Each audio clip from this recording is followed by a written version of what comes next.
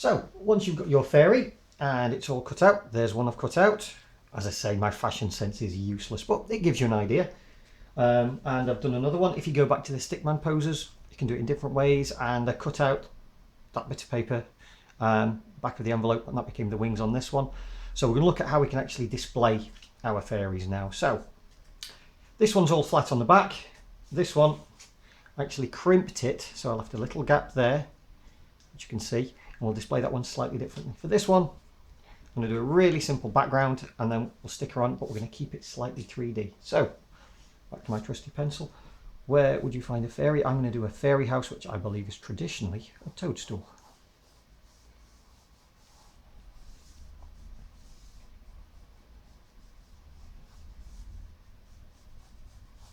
There's the top of it. Allow it to come down. Whenever you do your artwork, really useful tip, don't bring it right to the bottom of your paper. Allow it to start a little higher up. It just looks better.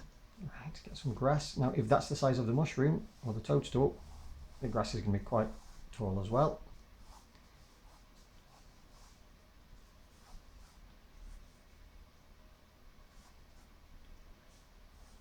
Don't need to draw too much detail, just a suggestion.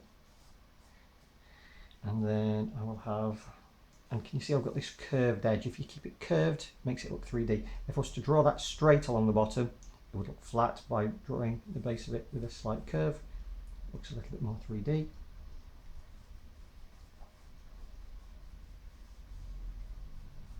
Nice arched doorway.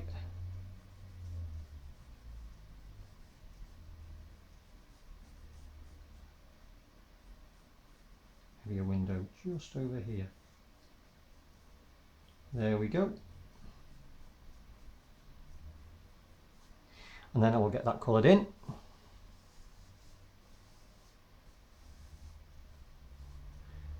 And I can stick my fairy, or my whole family of fairies, on their house. Or I might be a little bit more adventurous.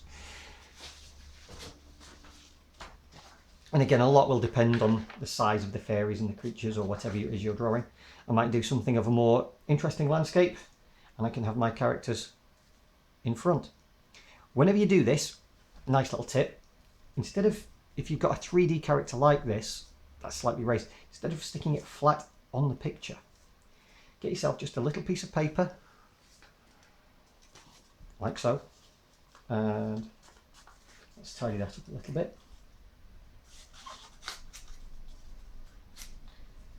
If you've got card is better, but paper will do. And you do a little concertina here, and a little concertina here, and then if you glue that like so, it raises it up from either this sort of picture, this sort of picture, and it just makes it look a little bit more interesting. As you can see with this one, in terms of the scale, she wouldn't be able to fit into that door, so that tells you she's standing quite a way further forwards than in the actual houses. If you wanted to do a bigger door and a full-size house, you can do that. No reason not to. Or you might not even bother with a picture. If you do it like this, where, as I say, what you do is when you do put the wings on, you fold it and you keep a little bit crimped over. You can put some string through, and you could hang her anywhere. You could hang her from your bedroom ceiling, hang her from the staircase, do a whole family of them, leave them lying around. You can do pixies, do elves, do superheroes, whatever you want. It's just a way of practicing your cutting skills and using a little bit of creativity. Okay, hope you have fun with it.